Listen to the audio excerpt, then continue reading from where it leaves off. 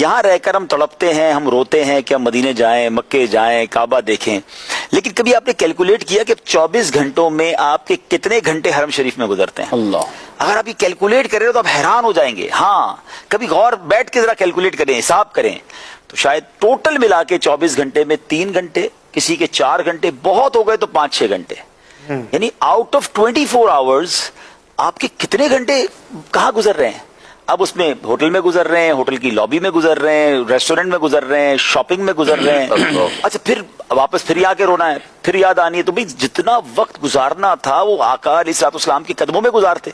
मुझे अच्छी तरह याद है, हम एक बार एक काफिला लेकर मदीने शरीफ गए थे, तो एक इस्लामी माशाल्लाह बड़े दीवाने थे, बड़े रोते थे मदीने शरीफ के लिए।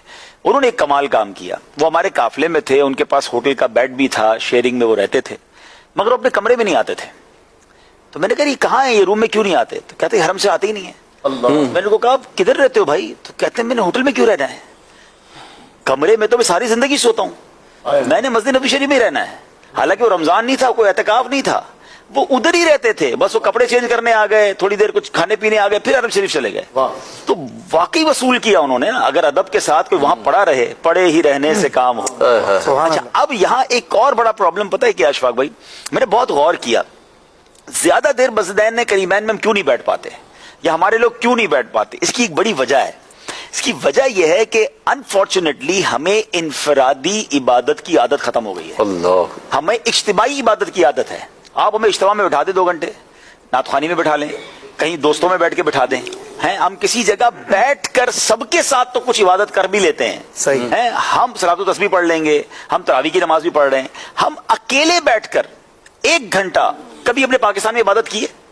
1 घंटा बैठकर तिलावत की हो, तस्बीह पढ़ी हो, कुछ फिक्र आखिरत की हो?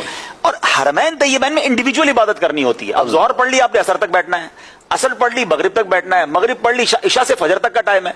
आधे पौने घंटे के बाद जो है ना मोबाइल निकलता है, जाते बड़ी तवज्जो के साथ है कि मैंने जनाब इतने कुरान पढ़ लेने हैं, तो इतनी तस्बीह पढ़ लेनी है, तो मैंने तो उठना ही नहीं है।